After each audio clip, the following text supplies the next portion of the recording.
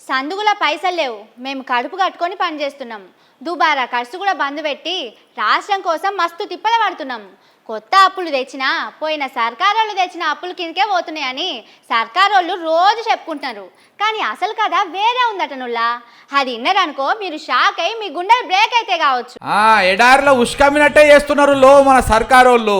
ఖజానా ఖాళీగున్నది, సెక్రటరియట్ల ఖాళీ కుండలే ఉన్నాయని చెప్పుకుంటానే తైలం ఏడ విండాలను ఆడ విండుకుంటున్నారట.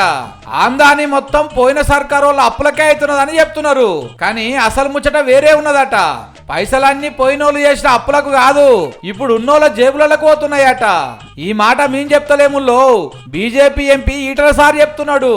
ఇవాళ ఫైనాన్స్ డిపార్ట్మెంట్లో 7 నుంచి 10% కమిషన్ లేకుండా ఒక్క బిల్లు కూడా బయటికి రాని చరిత్ర వాస్తవమా కాదా?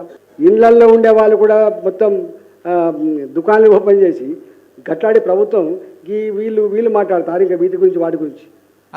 పైసల మంత్రి అంటే బట్టిసారేనాయే, ఇక వాళ్ళ ఇంటోళ్ళు అంటే బట్టిసారు వాళ్ళ మేడమా ఏంది? అబ్బర బిడ్డో, ఈటల సారు పెద్ద సూటే పెట్టిండు కదా. కానీ 10% అంటే చిన్న ముచ్చట్నా సారు? ఈ లెక్కన లక్షకు 10,000, కోటికి 10 లక్షలు, 100 కోట్లకు 10 కోట్లు. వారెవా మంచిగున్నది కదా దందా. కూసున్న కాడికే కోట్ల రూపాయలు వస్తున్నాయి ఈ లెక్కన.